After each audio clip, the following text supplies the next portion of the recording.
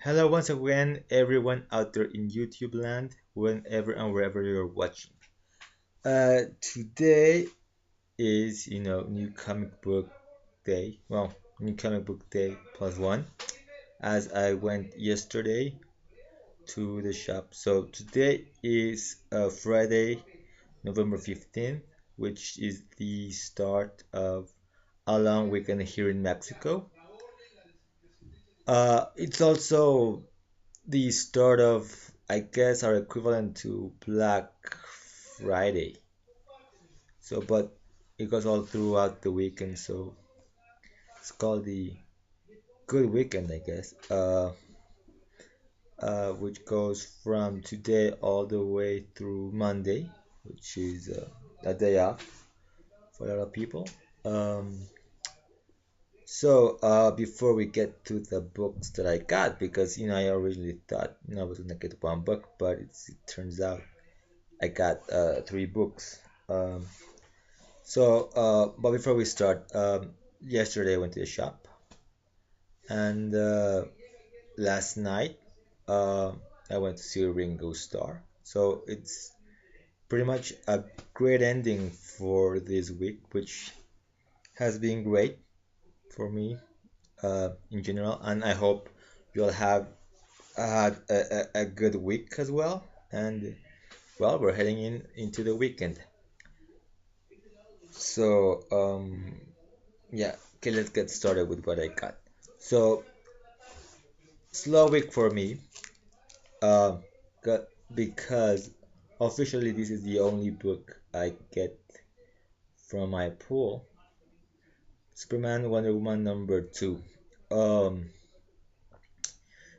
uh, to sum up the book, this reads really well as a standalone story. I'm nowadays I'm judging books if they can be read, as an issue and not just as part of something, where just like bits and pieces. But this issue uh, pretty much sets the tone for the rest of this opening arc, as we find out that there is some sort of damage going on in the Phantom Zone that's actually letting criminals go out, as it was proven by last issue and part of this issue with Doomsday, who in this issue kind of fades away in the middle of the battle with Wonder Woman.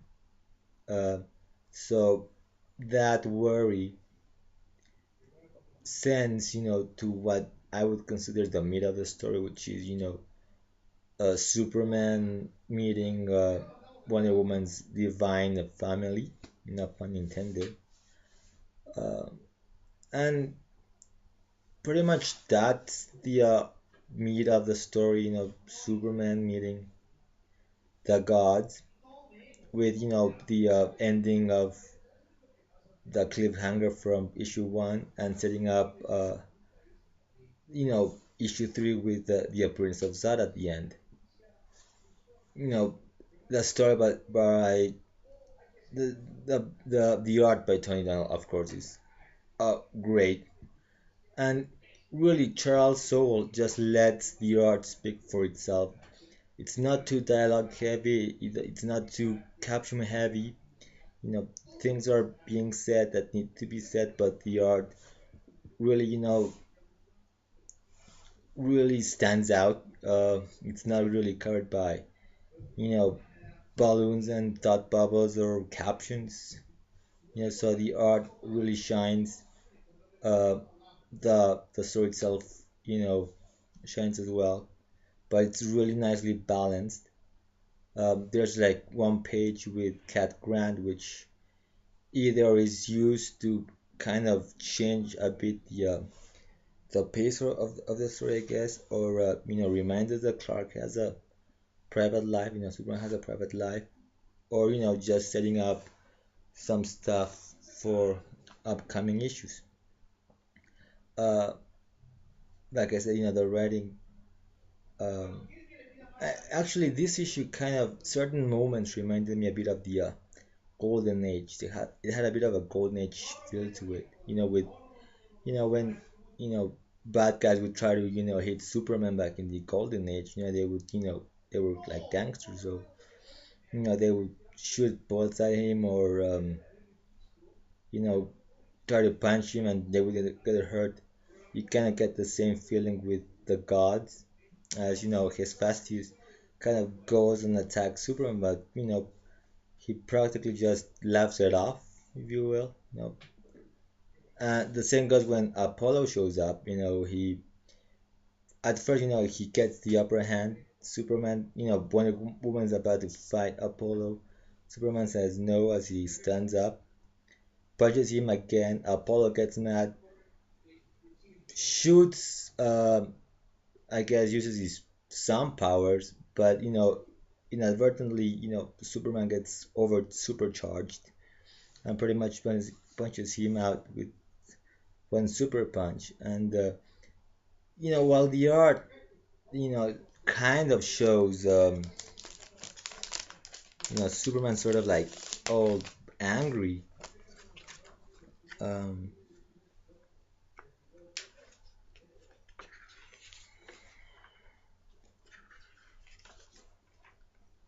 Here, uh, pretty much in a very angry type of mood.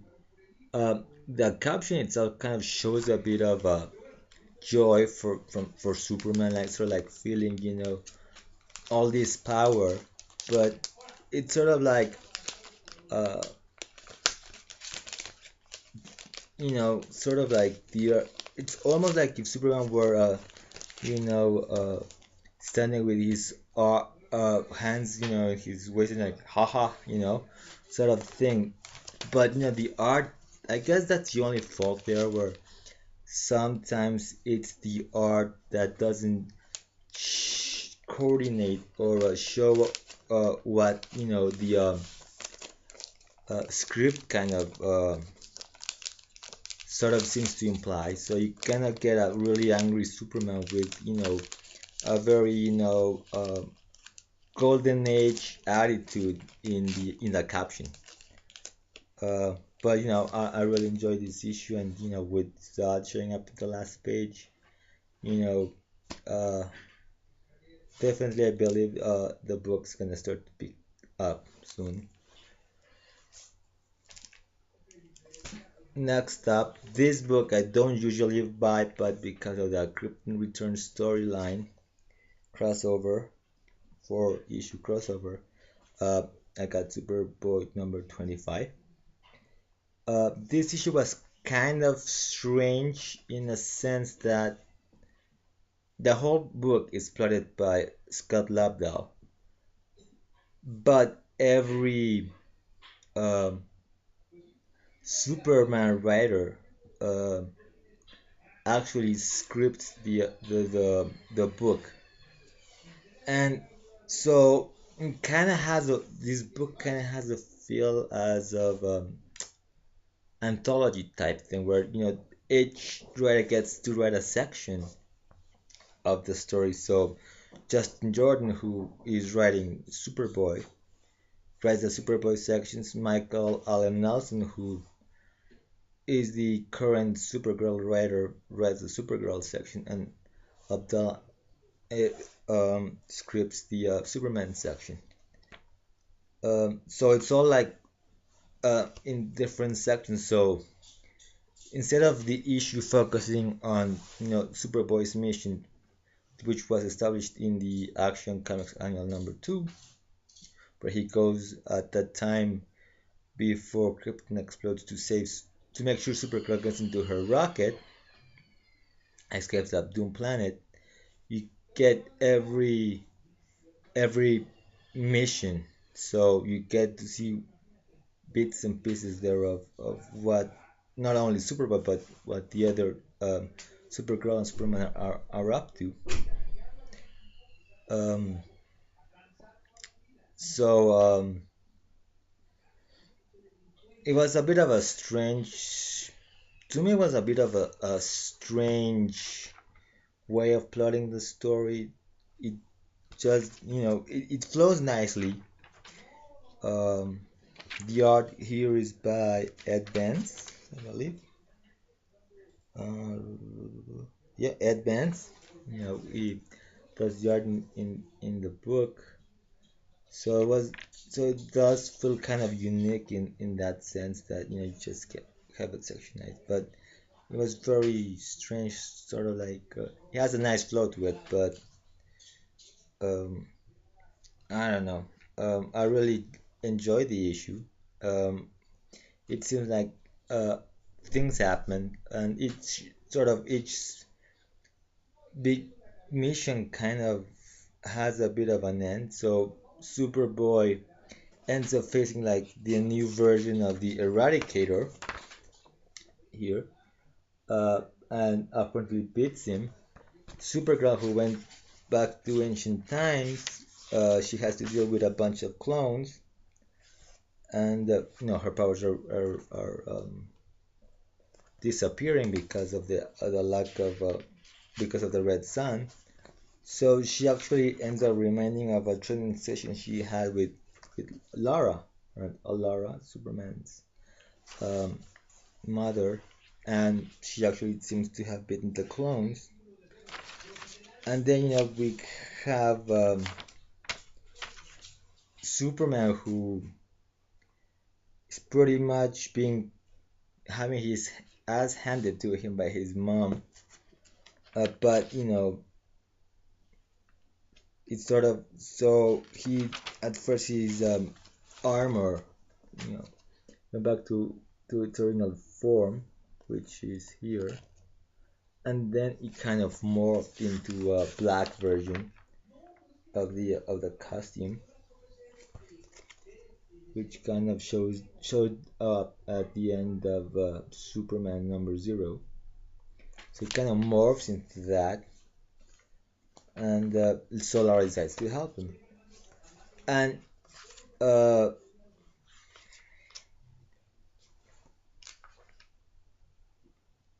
and of course, Supergirl, after beating the clones in the very last page, Hal shows up, and that would take us down to the next part, which would be in Supergirl number 25. So this was an okay issue. The plot did move along quicker, and I guess the way they were doing it, or are doing it, because this is a 4-part story arc crossover. Um, you know, it sort of moves faster. I mean, this is part 2, so you have 2 more parts before it ends. So it's an okay issue. And another book, this one was, is in not my official pull list, but I've been picking it up regularly since issue 15, I believe it was. Yes, issue 15. All New X-Men number 18. Uh, the first issue post Battle of the Atom. So this is a typical Bendis issue where lots of talking happens, but nothing really happens. Just a bunch of talking heads. But if Bendis sort of lacks sometimes, putting a lot into an issue with character development and action. He does incredibly well with talking heads. He writes very entertaining dialogue. This issue is basically the new X-Men adjusting to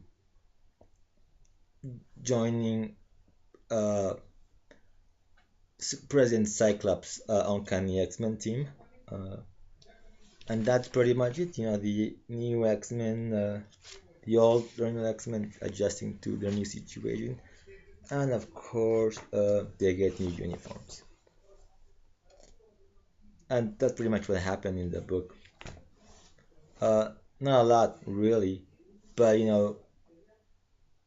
uh, I don't think you could feel you get it feels like a full um, story, but it's really just a bit of a larger arc, I guess, because just a lot of talking, nothing really significant happened. Uh, at least plot-wise, uh, nothing significant happened until the end of the issue. But it did have some interesting moments, like Beast is talking to Magneto, uh, because to him, like, a few days ago, he would be killing him, and now it's like a completely different story. So while nothing happened plot-wise, story-wise, character-wise, it it did. Um, and but this is Bendis, and anyways, um, I really like this issue. I always enjoy a good Bendis book, with his really fast-paced, witty dialogue. Um, that's one of the things I really enjoyed about Ultimate Spider-Man when I actually read it, the original run, which I own every issue of, um, just because of the witty dialogue. And sometimes, a Bendis issue could go very fast if you will. Sometimes it could go really, really slow. I mean, there were some issues in his Daredevil run which I just thought were, slow, and I thought they were going nowhere, while others really move faster. So spend this, and you can either like him or hate him, I guess. Um, so yep, those are my books for this week, and pretty much the way I show them are the way that I rank them for this week. Which with this one being my favorite book, my my top read for the week, and I guess this one could be my least favorite, or I mean, like I said, I really like the issue, but there's really no real substance to it besides some witty dialogue and some character development. And this one's right there in the middle of both, interesting plot, I guess, a bit of character moments as well, but it does feel like it's just part of a crossover. So I don't think you can really, well, maybe you can really pick it up if you never, if you just want to buy Superboy. Um, well, that's my opinion anyway. So that's it for this week. This weekend, as always, a new episode of Comics and Beyond will be coming to you. Uh, and this week will